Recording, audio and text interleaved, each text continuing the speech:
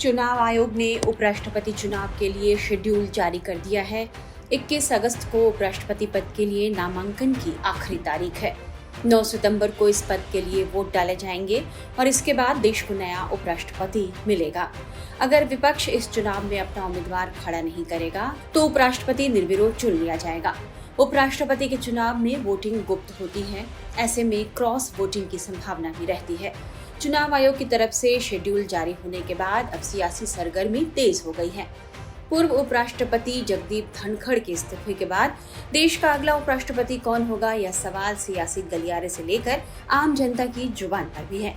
BJP ने भी धनखड़ के विकल्प की तलाश शुरू कर दी है। उपराष्ट्रपति पद के लिए कई नामों की चर्चा चल रही है। ऐसे में जानते हैं कि बीजेपी इस बार किसे उपराष्ट्रपति पद के लिए अपना उम्मीदवार बना सकती है। विभिन्न मीडिया रिपोर्ट्स में यह कहा जा रहा है कि बीजेपी और उसके सहयोगियों के बीच यह स्पष्ट राय बन रही है कि इस बार धनखड़ जैसा प्रयोग नहीं दोहराया जाना चाहिए। मीडिया रिपोर्ट्स में यह कहा जा रहा है कि यह तय है कि धनखड़ के कार्यकाल में जिस तरह के झटके लगे हैं उससे भविष्य के फैसले प्रभावित होंगे, लिहाजा बीजेपी उपराष्ट्रपति के चुनाव में इन बातों का ध्यान रख सकती है।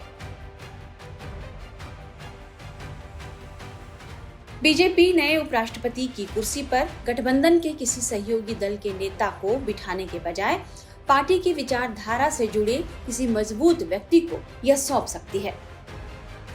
संगठन से जुड़े अनुभवी और राजनीतिक रूप से भरोसेमंद चेहरे को प्राथमिकता दी जा सकती है।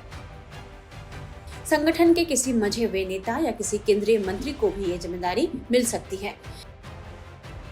बीजेपी किसी एक व्यक्ति को चुन सकती है जो एक दमदार व्यक्तित्व और निर्विवाद छवि वाला हो।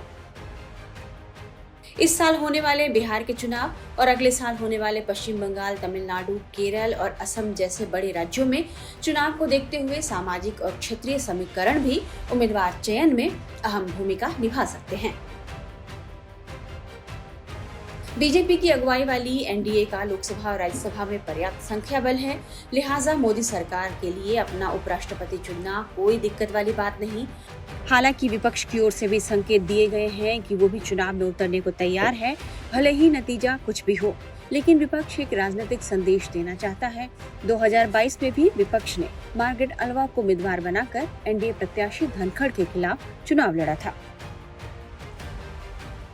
देखना होगा कि बीजेपी उपराष्ट्रपति के लिए किसे अपना उम्मीदवार घोषित करती है।